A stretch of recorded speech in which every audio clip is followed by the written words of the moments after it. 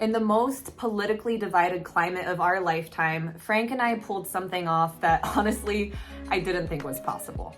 On our first day of Naked and Afraid, we were stripped of literally everything, yet still knew instantly we were political opposites. And we would have been the perfect example of America's political divide and tension and conflict if it weren't for the 4 tools you're going to learn here today. Frank and I became so close, in fact, that we're still friends, and you're gonna hear from him in this video. And make sure you stay tuned till the very end for the one tool that brings everything together.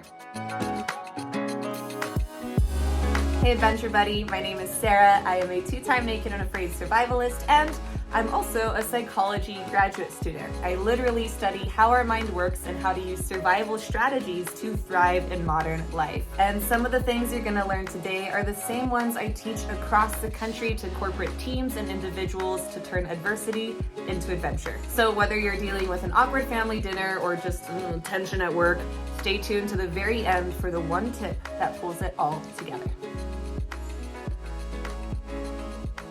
You can do all the team building and family vacations you want, but the truth is, if you don't have a shared vision, you will never truly come together as a team and be able to get over your differences. Before Frank and I ever met, we were lucky enough to have a shared vision. For each of us individually, success meant we're not just finishing the challenge, we're finishing the challenge with our partner by our side. We had visualized it. We had thought of what could go wrong and how we would come over it because we were dedicated to one shared vision. So I actually used to be a comedian. I did improv and stand-up. And in improv in particular, in comedy, when you are all on the same team, when you're an ensemble, that's when you're able to truly focus on lifting up the other person, knowing that by doing that, they're gonna lift you up even higher. And it's really easy to say, well, we're never gonna be on a shared vision, we're never gonna buy in, they're so different than me.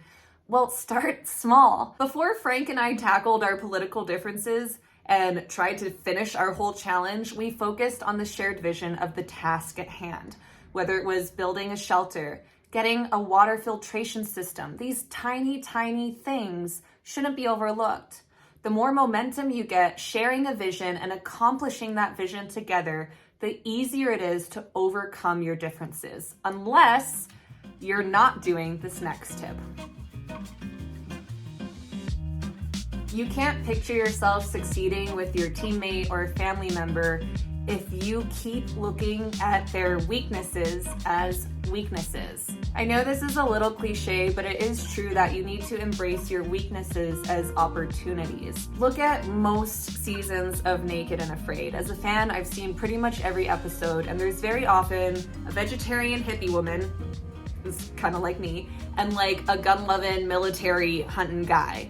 And a lot of the episode will be about conflict, about how you should eat more plants or you're weak because you're not eating meat. What was different with Frank and I is that I saw a really good hunter in front of me and I decided to learn from him. Together as a team, we were able to catch fish, we were able to catch lizards. And Frank didn't dismiss my skills with foraging and plant ID. When we combined our skills, not only did we get nutrients through greens and forage and protein, but we made an incredible stew with coconut water, fish, mango seed, papaya greens. It's honestly one of the best things I've ever seen on the show. It is dinner time, baby. Yep. Got fish. We got some edible greens. Man, this smells freaking good. Sarah came up with these papaya leaves. We chopped them up and then put them in with the fish to boil. Got papaya leaf. Is it great? It's great. I just got a chunk of fish. And Frank loves foraging now. And I am a hunter. But you're never gonna be able to see your weakness or somebody else's weakness as an opportunity if you're not doing the third tool. The third tool is just ego check. The moment you think your way is better than somebody else's, you set yourself up for failure. Dude, it's so easy to get lost in an echo chamber and to find reasons you're right and somebody else is wrong. And even if that's true, if you're right and they're wrong, and you feel important and they feel dumb, does talking about that help you accomplish what you want to accomplish with this person? Does inflating your ego, be honest, and telling yourself or other people why you're right, is that actually helping move things forward? Or is it creating more conflict and tension? I always try to take the higher road, and even if it leads to, if I can be the one belittled or be laughed at, that's, as a leadership role, that's my responsibility. Because when you put that out in the crew, it immediately draws a hard line, and then they feel like it's them against you. Check your ego.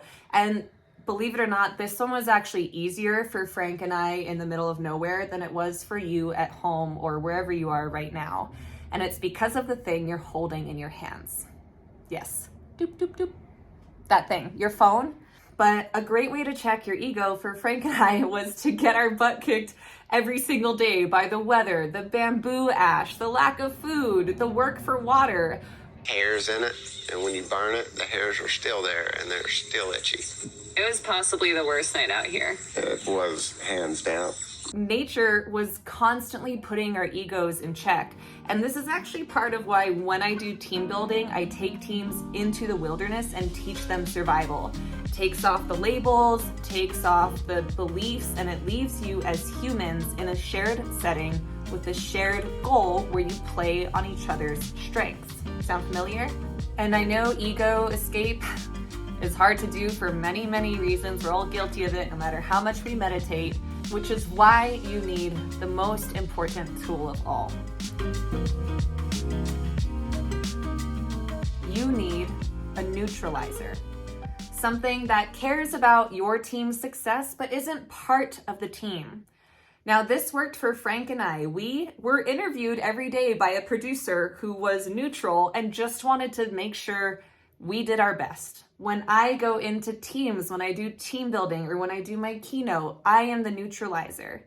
If you're at a family dinner that you know is going to be heated, bring the neighbor, bring the cousin, bring the new person that helps mix things up and also wants the dinner to go well. Before we had the option to live in echo chambers, we were forced to live with one another. We were forced to become a team. When I work with individuals and teams, I am the voice that says, you can do this. This is your vision. How do we work towards this? How do we put this aside and get here?